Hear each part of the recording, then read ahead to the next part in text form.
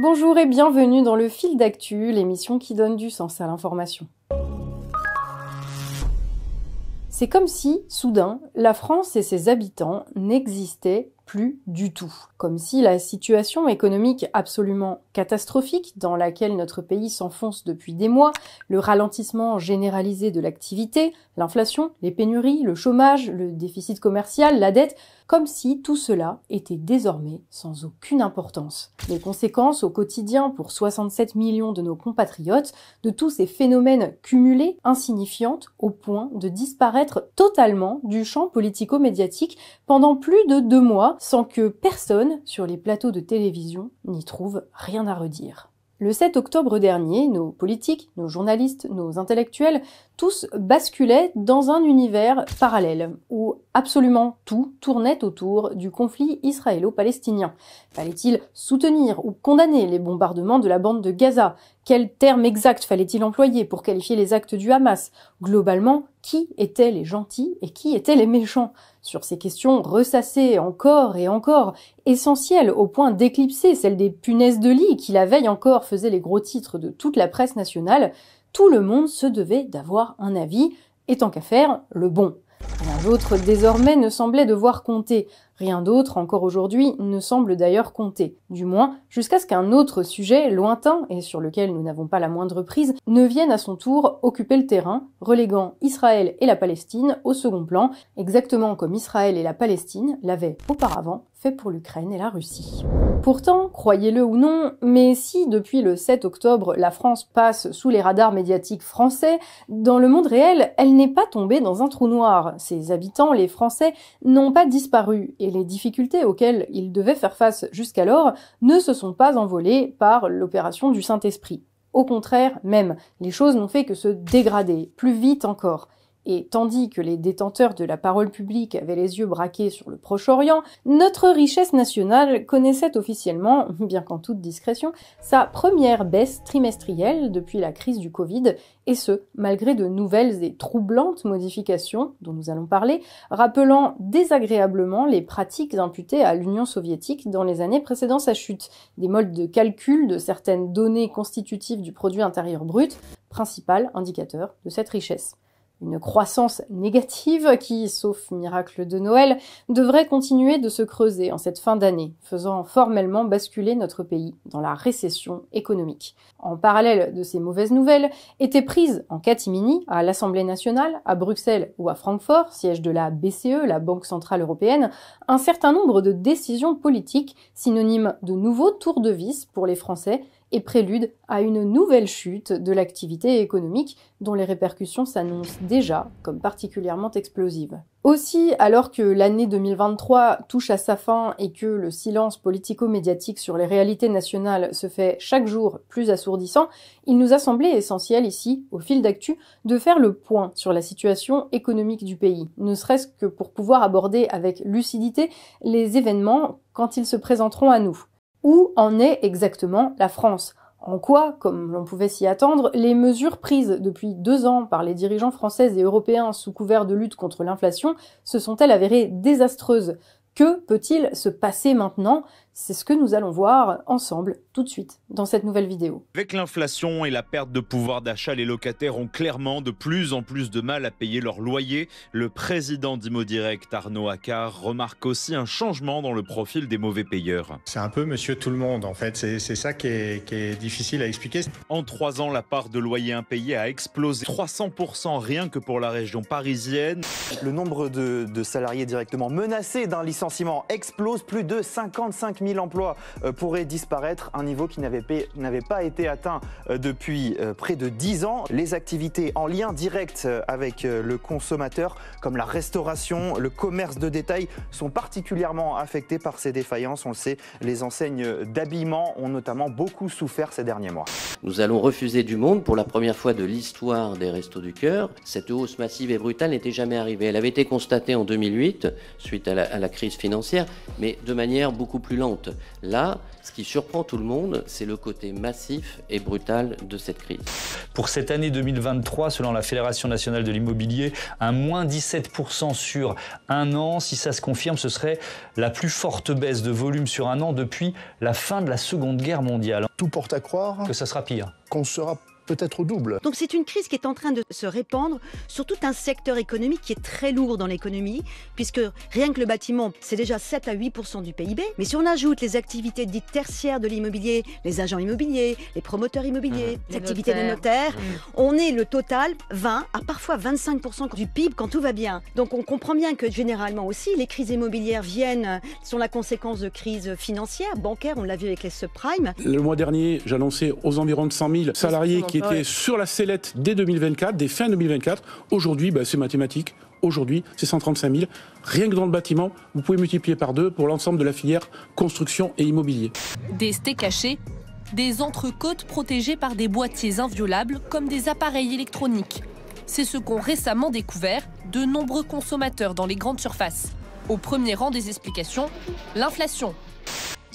Les pays comme la France doivent faire en sorte que leur politique fiscale en 2024 suive nos recommandations. Cela implique qu'ils réduisent leurs dépenses publiques.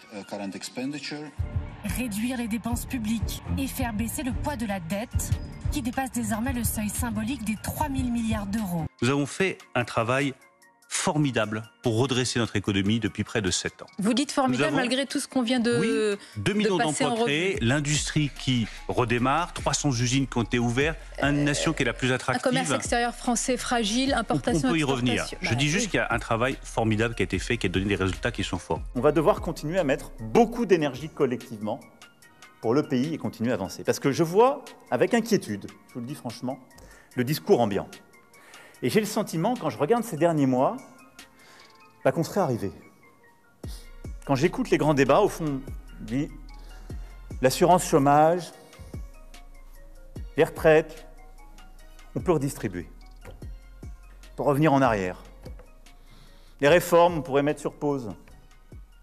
C'est le moment de savoir comment on va être plus gentil, comment on va engager. Réveillez-vous. Je vous le dis en toute sincérité. Réveillez-vous.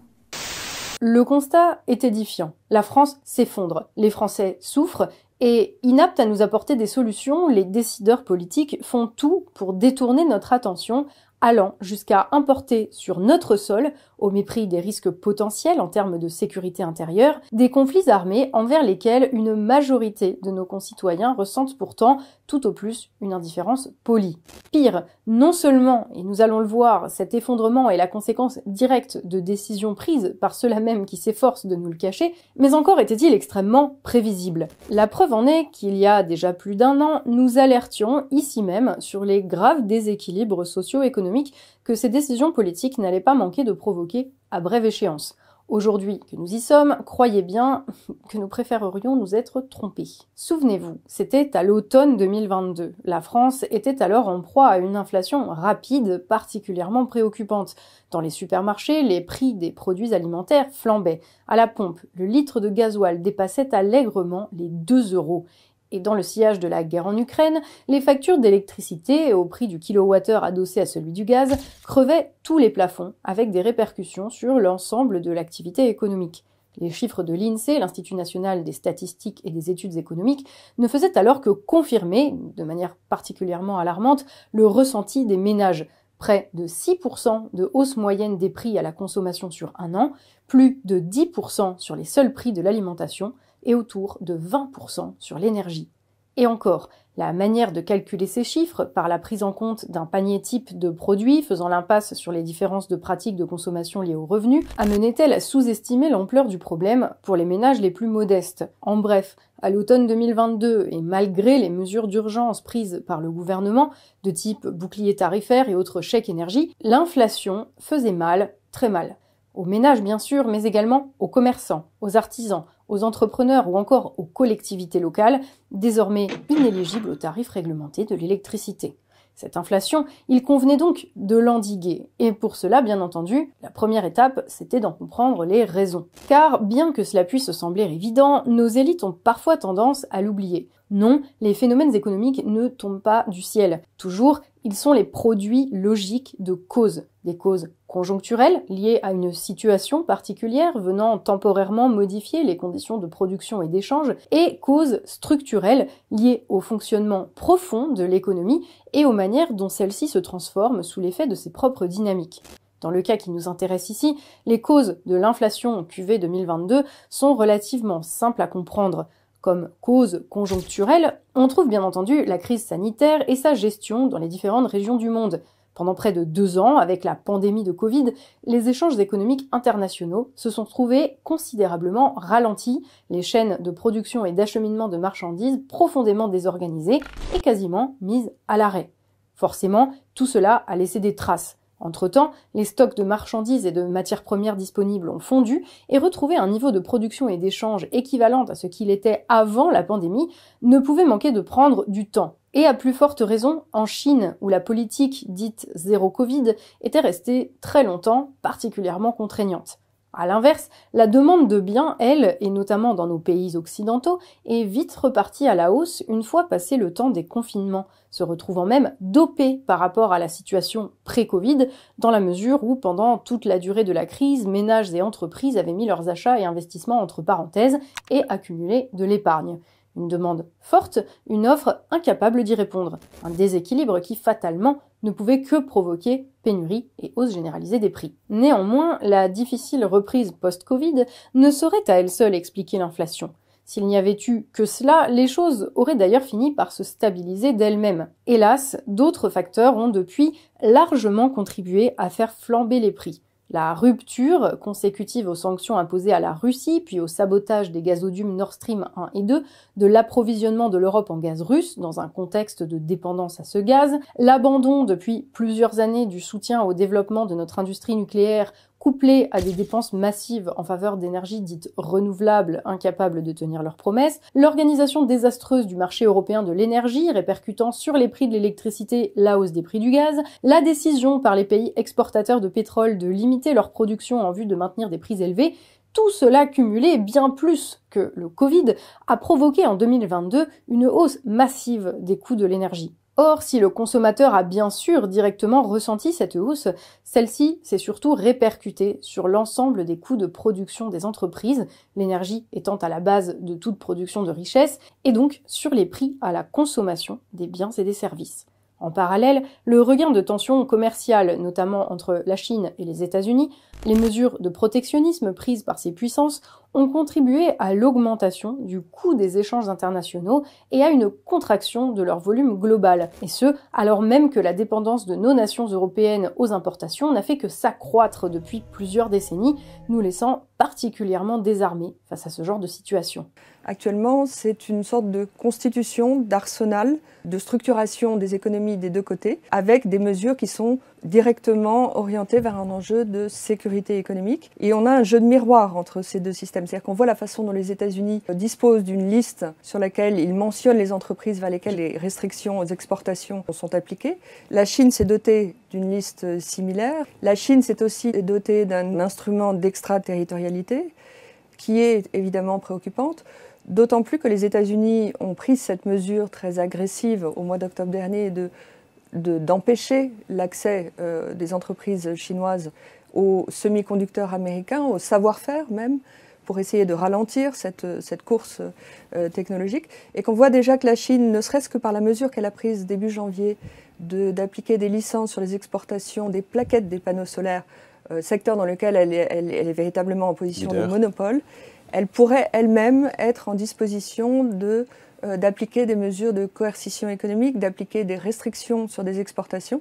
Et c'est là où, évidemment, il y a une préoccupation très spécifique qui se porte sur nos dépendances excessives à certaines importations venant de Chine. D'ailleurs, on le voit, il y a un graphique qui montre les restrictions aujourd'hui au commerce mondial.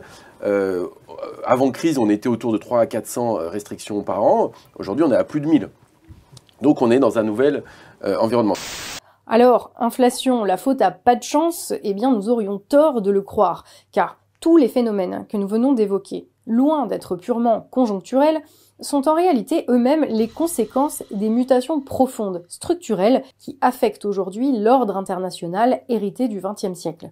En résumé, du processus complexe, dit de démondialisation, analysé en profondeur dans notre récente vidéo sur les BRICS, et par lequel nos anciennes puissances industrialisées se retrouvent confrontées aux conséquences inattendues de leur propre modèle économique et exposées à des risques de bouleversement sans précédent.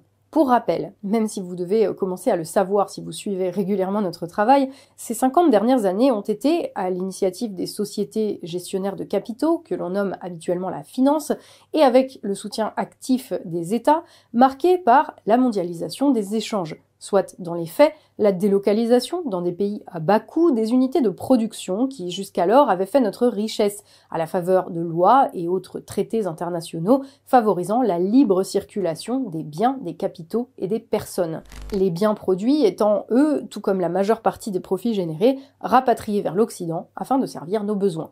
Entraînant dans un premier temps une baisse bienvenue du coût des marchandises, au prix néanmoins d'une destruction massive de l'emploi productif sur notre sol, cette mondialisation des échanges, hautement profitable aux détenteurs de capital financier, allait pourtant bientôt se retourner contre nous. Privées d'usines, contraintes d'importer du bout du monde les biens essentiels qu'elles produisaient auparavant en abondance, nos nations occidentales commençaient à s'appauvrir et à devenir de plus en plus dépendantes des pays dits émergents, lesquels acquéraient à leur tour un savoir-faire industriel de plus en plus riche et connaissaient une croissance accélérée leur permettant de s'affirmer progressivement sur la scène internationale, et bientôt de faire passer au premier plan, avant même les intérêts occidentaux, leurs propres aspirations, allant de la satisfaction des besoins élémentaires de leur population à celle de projets d'expansion territoriale longtemps laissés de côté. Or, si le développement rapide permis par le libre-échange mondialisé avait nourri ces ambitions nationales, leur satisfaction impliquait désormais, ironiquement, une rupture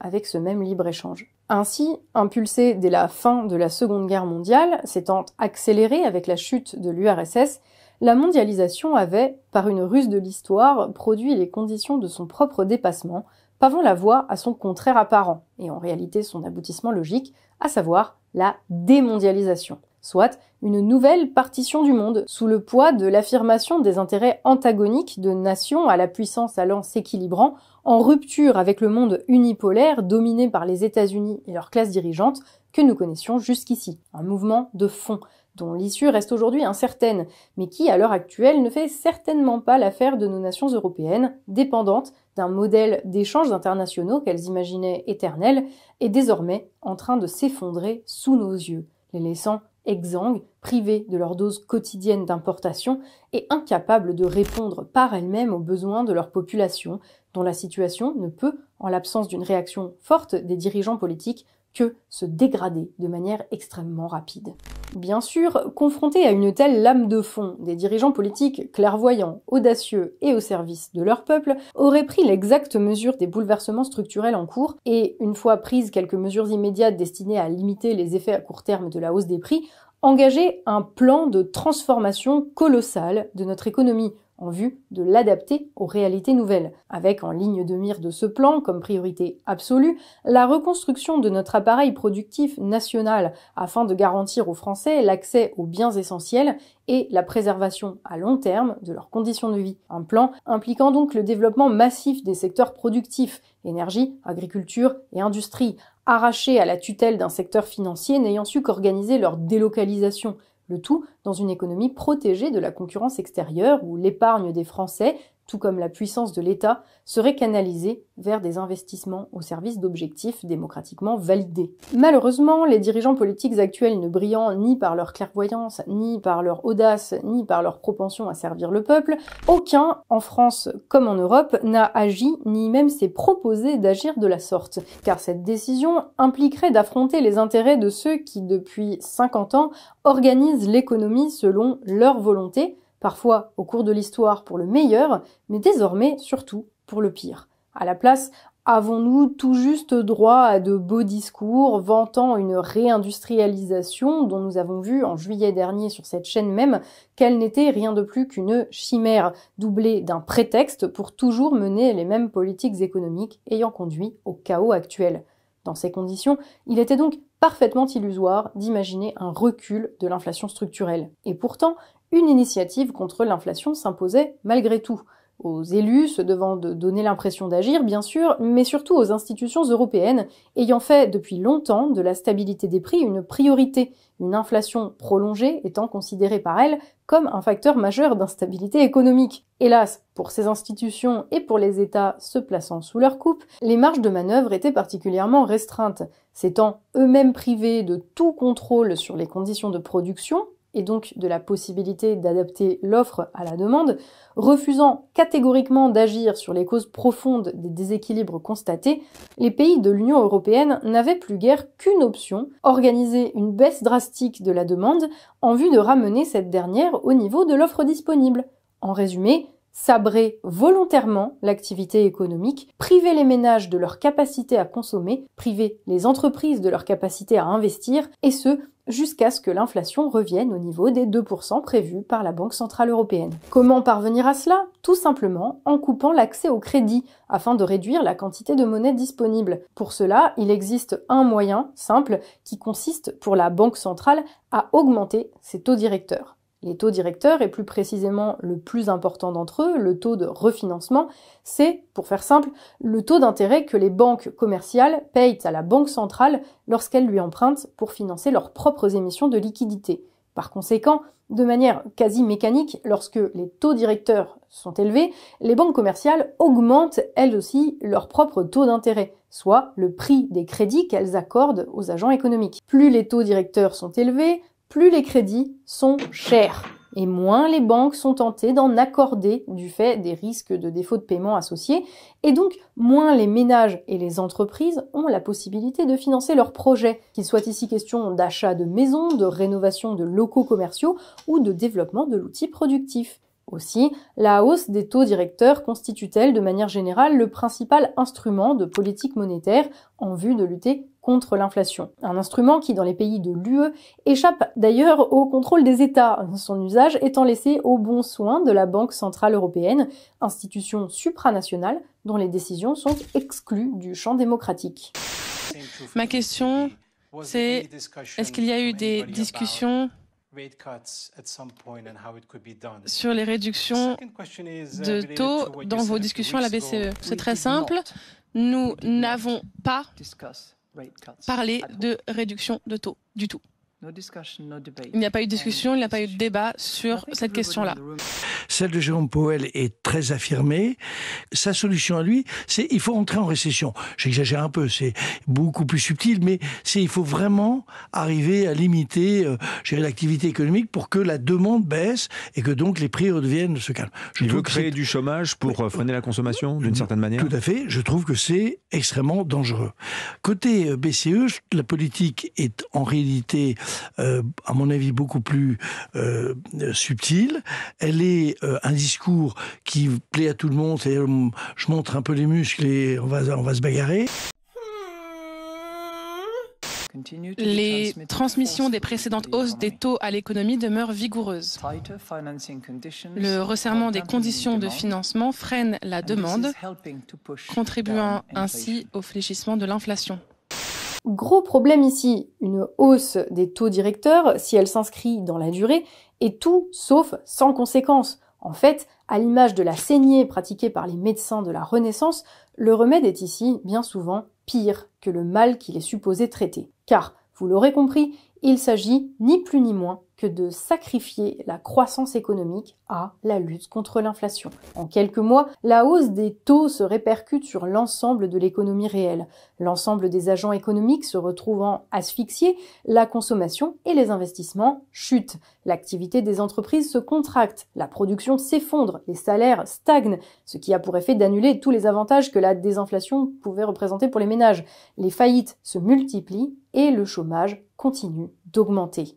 Le marché de l'immobilier, lui, se crispe également. Les prêts des banques sont plus difficiles à obtenir et coûtent plus cher à rembourser. L'accès à la propriété devient donc un parcours du combattant pour les familles et les revenus de l'immobilier fondent. Tôt ou tard, si les taux demeurent élevés ou, pire, continuent de monter, la déprime économique devient récession. Baisse du produit intérieur brut 2 trimestres de suite, c'est-à-dire un appauvrissement collectif et la destruction de la richesse nationale. Et cela arrive non pas parce que la politique de hausse des taux aurait été mal conduite, de sorte qu'elle aurait produit des effets indésirables qu'il eût été possible d'éviter, mais bien parce que la récession économique est le corollaire direct de la hausse des taux, le moyen même que les banques centrales ont trouvé pour faire reculer l'inflation.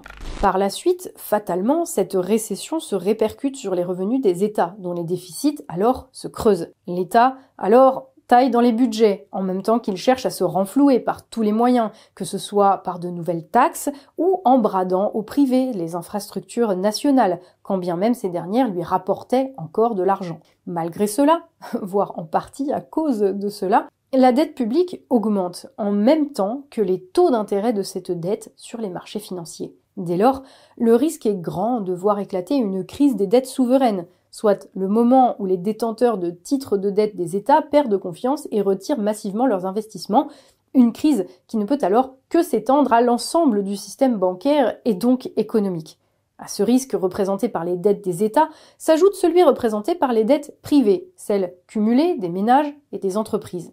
Ici aussi, tôt ou tard, ces dettes finissent par devenir insoutenables et la multiplication des défauts de paiement se répercute sur les banques, faisant encore une fois peser sur l'économie un risque systémique. Crise des dettes souveraines, crise bancaire liée à une dette privée devenue insoutenable, ces deux scénarios sont connus, car ils étaient au cœur de la dernière grande crise économique qui secoua le monde, c'était il n'y a pas si longtemps, en 2007. Or, ce n'est pas un hasard si cette crise succédait à une période de brusque remontée des taux directeurs, tant de la part de la Banque fédérale américaine que de la Banque centrale européenne. En réalité, cette hausse a joué un rôle déterminant dans son déclenchement. Puis cette information économique très attendue par les marchés financiers, ce soir, la Réserve fédérale américaine a augmenté son taux directeur d'0,25 de point à 3%. En un an, la Banque centrale européenne a augmenté à 6 reprises son taux directeur, c'est-à-dire celui qui détermine le coût de l'argent que se procurent les banques. La décision de la BCE fera donc grimper le coût des crédits à la consommation des particuliers, mais elle touchera aussi les entreprises. Elles vont subir de plein fouet cette hausse des taux d'intérêt. Des millions de familles américaines ont acheté leur maison grâce à des crédits à taux variables, les fameux subprimes. Lorsque les taux explosent, beaucoup ne peuvent plus rembourser. Les banques mesurent alors l'ampleur de la crise à venir, car elles ont investi des milliards de dollars dans les subprimes. Fort de cette expérience et d'une compréhension des mécaniques économiques élémentaires, il ne fallait donc pas être grand clair en 2022 pour se dire que la même politique allait mécaniquement mener aux mêmes effets. Et c'est d'ailleurs peu ou prou ce sur quoi nous alertions à la rentrée 2022. Pourtant, depuis lors, la BCE n'a pas hésité à user et à abuser de la hausse des taux directeurs. Depuis 2016, ces derniers s'établissaient à 0, et ce pour une raison simple. Suite à la crise de 2008, la baisse continue des taux s'était imposée comme le seul moyen de soutenir une activité en berne. Avec la crise du Covid, les choses étaient restées en l'état. Mais avec les tensions inflationnistes issues de l'envolée des coûts de l'énergie, la Banque centrale annonce en juillet 2022, pour la première fois depuis 11 ans exactement, une première remontée de ses taux directeurs. Très vite, d'autres hausses vont suivre, et au total, entre juillet 2022 et septembre 2023, soit en à peine 14 mois, les taux directeurs de la BCE vont connaître 10 hausses d'affilée pour atteindre aujourd'hui 4,5%, un niveau historiquement haut, supérieur même à celui de 2007-2008, et dépassé une seule fois dans l'histoire de la BCE, quelques mois avant l'explosion de la bulle Internet de 2001. Alors, cette fois, la saignée a-t-elle été sans douleur? Hélas, non, bien évidemment. C'était inévitable. Au bout de quelques mois, soit le temps nécessaire à ce que les décisions prises produisent leurs premiers effets, l'économie a fini par se contracter. Au troisième trimestre de cette année, la France enregistrait, pour la première fois depuis sa reprise post-Covid, ce que les économistes appellent pudiquement une croissance négative, soit une baisse de son PIB par rapport au trimestre précédent. Pourtant, tout semblait avoir été fait pour que nous n'ayons pas à voir en face cette mauvaise nouvelle. Ainsi, le 31 octobre, malgré un ensemble de signaux économiques inquiétants, l'INSEE annonçait à la surprise générale un PIB en hausse de 0,1% sur le trimestre. Un chiffre qui permettait au ministre de l'économie Bruno Le Maire de pavoiser sur une croissance certes très limitée, mais bien réelle. Tout cela, bien sûr, grâce aux efforts acharnés du gouvernement. Inflation d'abord, est-ce que c'est derrière nous ? Oui, la crise inflationniste est derrière nous, je vous le confirme. Nous avons réussi à sortir de cette crise inflationniste en 2 années, là où dans les années 70, il avait fallu 10 ans. Donc nos politiques économiques, françaises et européennes, ont été efficaces. Mais à y regarder de plus près, l'information avait de quoi surprendre. Hausse de la production, hausse des investissements à hauteur de 1%, suggérant une dynamique positive ancrée dans la durée des investissements. Et surtout, étonnante augmentation de la consommation des ménages, et notamment de leur consommation de produits alimentaires, après plusieurs mois successifs de baisse, et alors que l'inflation dans le secteur de l'alimentation se maintenait à près de 8% sur 1 an, après une première hausse de 10% l'année précédente. Quelque chose, particulièrement avec cette dernière donnée, qui à elle seule suffisait à tirer le PIB à la hausse, ne collait pas avec le réel. Mais en cherchant un peu, nous eûmes bientôt l'explication. Tout simplement, l'INSEE venait d'inaugurer, sur le trimestre, une nouvelle méthode de calcul de la consommation alimentaire des ménages, présentée comme plus précise que celle employée antérieurement, et donnant en réalité des résultats bien différents. D'ailleurs, fidèle à ses habitudes, l'INSEE en profitait pour appliquer rétroactivement cette nouvelle méthode et modifier l'ensemble de ses statistiques récentes. Ainsi, avec le changement de méthodologie de l'INSEE, la baisse des dépenses alimentaires des ménages, atteignant 8,4% entre janvier et août avec l'ancienne méthodologie, ne s'établissait plus désormais qu'à 4,6%. Mine de rien, par un subtil changement de thermomètre, l'INSEE venait donc de réduire quasiment de moitié la chute de la consommation des ménages en 2023, et pouvait même donc, sur le 3e trimestre, annoncer une reprise de cette même consommation. Un changement de méthodologie sans lequel donc l'INSEE eut annoncé une croissance négative fin octobre, et sans présumer de son bien fondé, tombant donc particulièrement à pic pour le gouvernement. Souvent, vous mettez en avant, et parfois à raison, des chiffres macroéconomiques qui sont bons, et on a l'impression, c'est pas qu'une impression, d'un décalage très très net avec la vie des citoyens, de nous tous, entre des chiffres certainement mis en avant par les sachants, et ce n'est pas du tout méprisant de Bercy, et qui sont en contradiction avec ce que l'on vit. Mais les deux sont parfaitement compatibles, je vois pas de contradiction là-dedans. Et pourtant, tout cela ne suffit pas. Le 30 novembre, alors que tout le monde politique avait les yeux braqués sur Gaza, l'INSEE présentait une correction de ses propres données. Malgré le maintien de sa nouvelle méthodologie, le PIB n'était plus désormais en hausse de 0,1%, mais bel et bien en baisse de 0,1%. Avec, dans le détail, une production désormais en stagnation, plombée par une industrie manufacturière et un secteur de la construction en berne, et uniquement maintenue à flot par l'inclusion des services non marchands, soit, si vous avez vu notre enquête sur le calcul du PIB, si vous ne l'avez pas vu, le lien est en description de cette vidéo, ce qui n'est en réalité que des transferts d'argent et non une production réelle. Pour ce qui est des investissements, une forte révision à la baisse est opérée, le plus 1% auparavant annoncé se transformant en un petit plus 0,2, tiré principalement vers le haut par les administrations publiques, mais coulé par les investissements des ménages, c'est-à-dire principalement les achats et constructions de logements revus drastiquement à la baisse. À cela, rien d'étonnant puisqu'il s'agit de la conséquence directe et immédiate des répercussions de la hausse des taux directeurs sur les prêts bancaires. Confrontés à un taux de refinancement à 4,5%, les banques commerciales ont considérablement durci leurs conditions d'accès au crédit, et les ménages ayant des projets immobiliers sont les premiers à en faire les frais. Pour faire simple, les banques ne prêtent plus, sinon à des taux qui, il y a encore 2 ans, auraient paru délirants. Ainsi, en janvier 2022, le taux moyen d'un crédit immobilier sur 20 ans était de 1%. En décembre 2022, ce taux moyen était monté à 2,4%. Il est aujourd'hui à 4,3%. Le taux maximum autorisé, lui, s'établit désormais à 6,11% contre 2,41% en janvier 2022. Et il est désormais révisé tous les mois contre tous les trimestres auparavant. Quant aux conditions d'attribution de prêts et aux demandes d'apport personnel exigées par les banques, autant dire qu'elles ont, elles aussi, été considérablement revues à la hausse afin de limiter les risques de défaut de paiement. Le corollaire de tout cela étant bien sûr de priver une proportion croissante de ménages d'un accès à la propriété qui, hier encore, pouvait leur sembler à portée de main. Une situation terriblement frustrante, mais qui, si nous revenons aux chiffres de l'INSEE, ne constitue qu'un signe parmi d'autres du ralentissement de l'ensemble de notre économie. Ainsi, sur le trimestre, les exportations également chutent, tirant vers le bas la balance commerciale, et ce, malgré des importations dont la stagnation s'explique bien plus par un ralentissement généralisé des échanges que par la relocalisation de la production tant vantée par l'exécutif.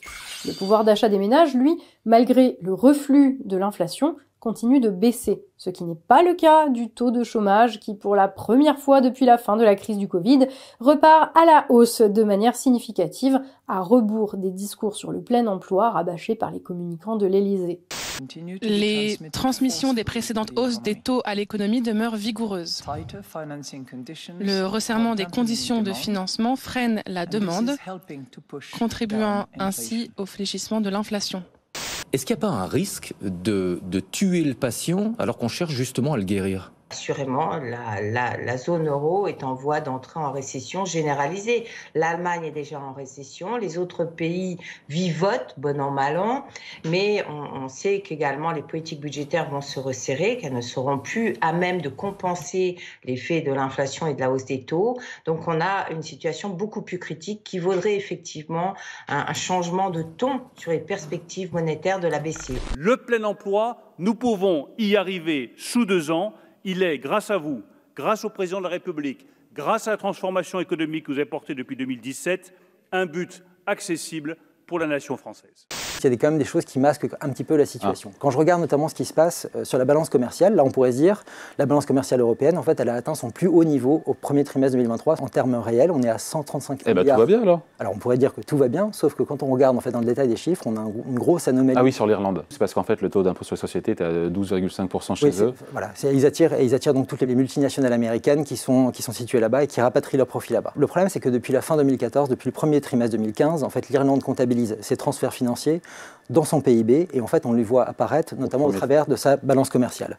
Et en fait quand on regarde la balance commerciale de l'ensemble de la zone euro, c'est 135 milliards, si je regarde uniquement l'Irlande, c'est déjà plus de 50 milliards. C'est-à-dire qu'en gros 40% de l'intégralité de la balance commerciale européenne ne vient que d'un pays qui représente lui 4% du PIB européen.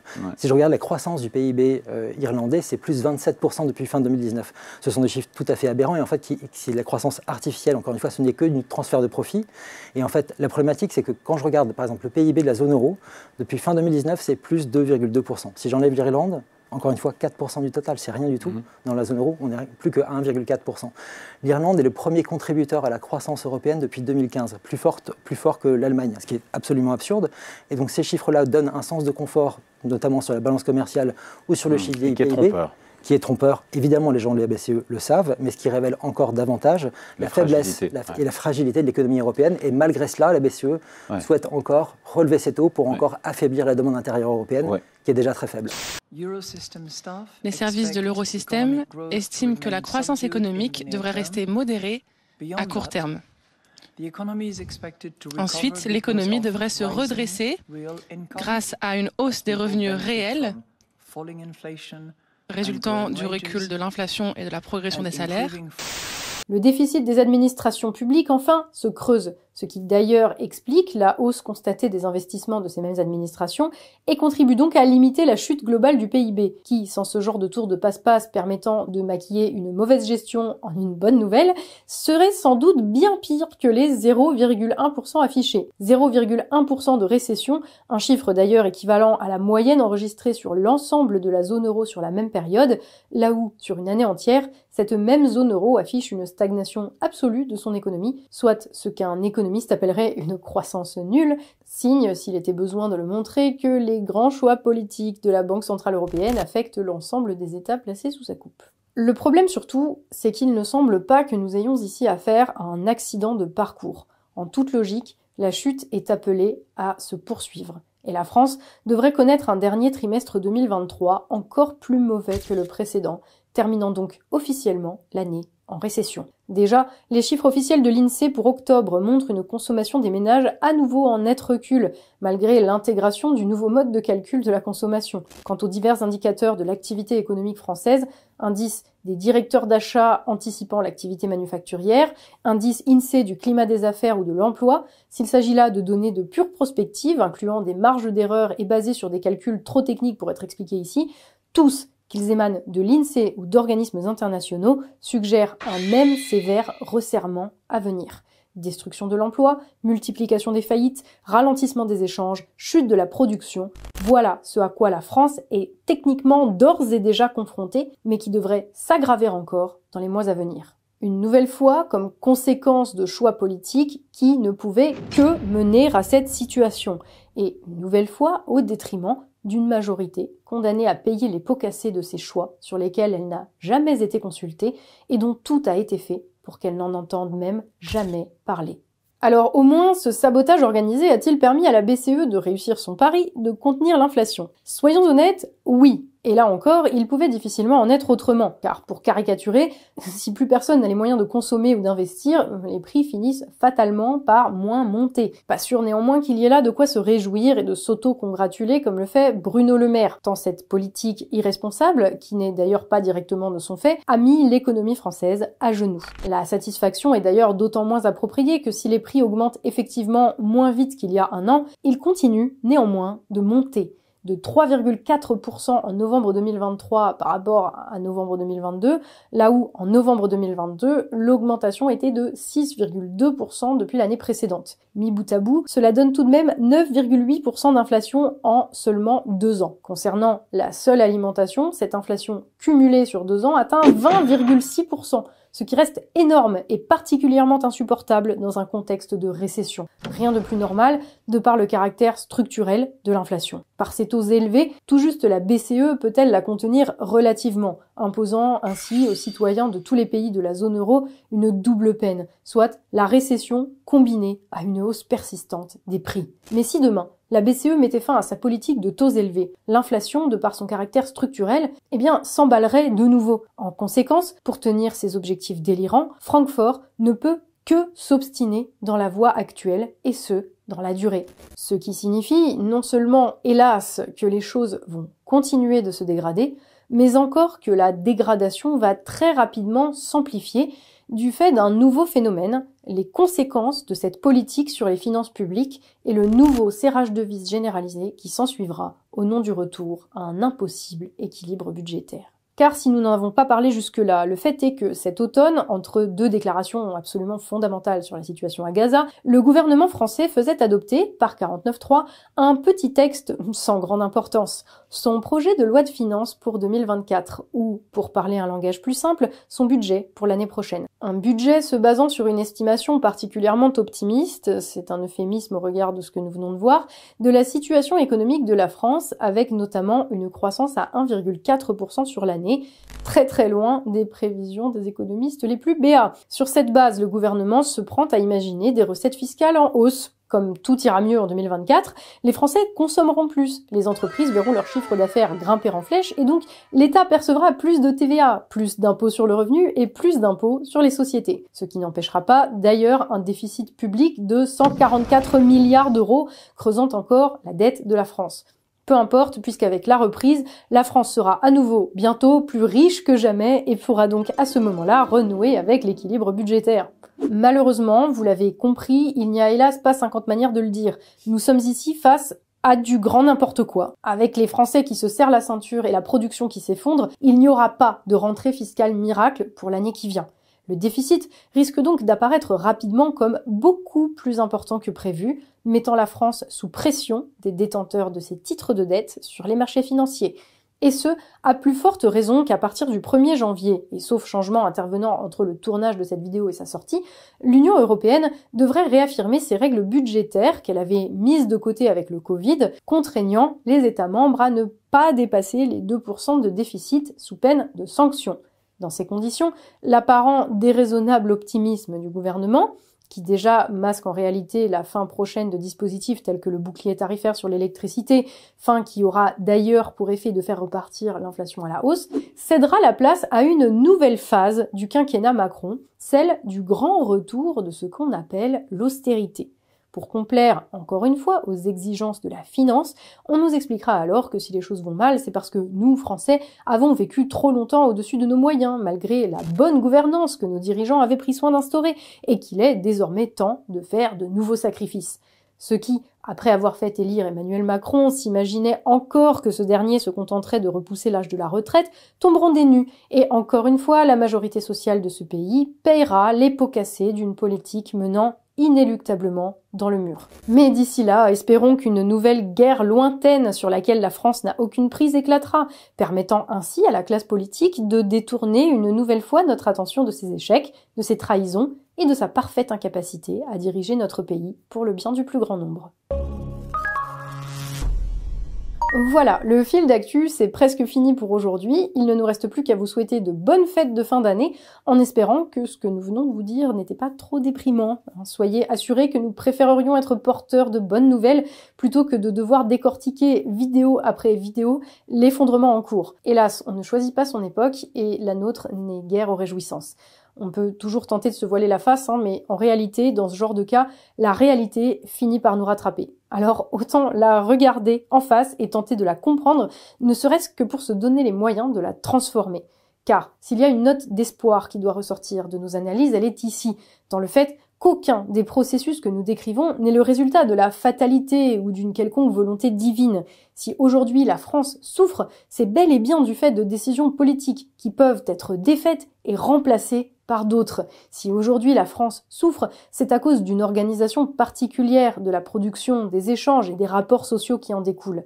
Cette organisation, autrefois performante, est aujourd'hui dépassée et complètement dysfonctionnelle. Mais bien évidemment, la minorité qui l'a instaurée s'efforce malgré tout de maintenir cette organisation sociale, par peur légitime de disparaître avec elle. Et pour que nous ne trouvions rien à y redire, elle a fait en sorte que nous perdions de vue ce qui était au fondement de tout ordre social. C'est pour cette raison que si tout le monde désormais voit les choses se dégrader, personne ne sait exactement comment les remettre à leur place. Ici, au fil d'actu, même si nous aimerions pouvoir faire plus, nous sommes fiers de développer un embryon de réponse. Pour que la France retrouve sa puissance, il faut qu'elle puisse à nouveau produire de la richesse. Mais tant que les outils de production seront détenus et donc organisés par le secteur financier, jamais ils ne reviendront sur notre sol. Ces moyens, il va donc s'agir de les leur arracher, de les arracher à ceux qui, ces 50 dernières années, ont organisé leur délocalisation méthodique, laissant la nation dépendante, faible et ruinée.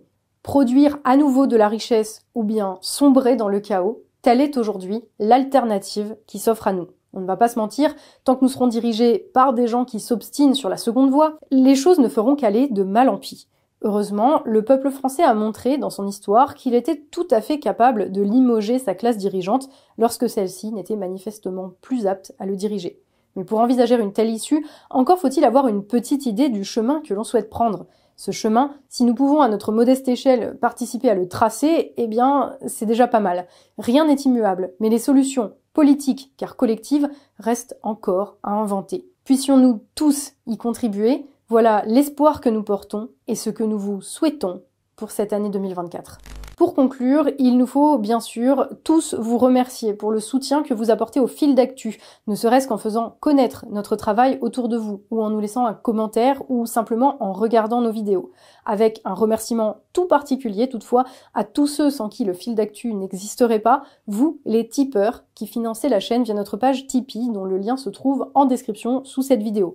Pour ceux qui ne le sauraient pas, le fil d'actu est un média totalement indépendant qui ne reçoit et ne veut recevoir aucune subvention publique, aucun revenu publicitaire, aucun appui d'un quelconque producteur, mécène ou actionnaire. Tout simplement parce que si nous faisions autrement, nous gagnerions sans doute beaucoup mieux notre vie, mais nous perdrions immédiatement ce que nous avons de plus cher, notre liberté éditoriale, ce qui fait que nous pouvons faire notre travail comme nous l'entendons, développer des analyses que vous n'entendrez nulle part ailleurs, sans avoir à rendre de compte à quiconque, hormis à vous, notre public.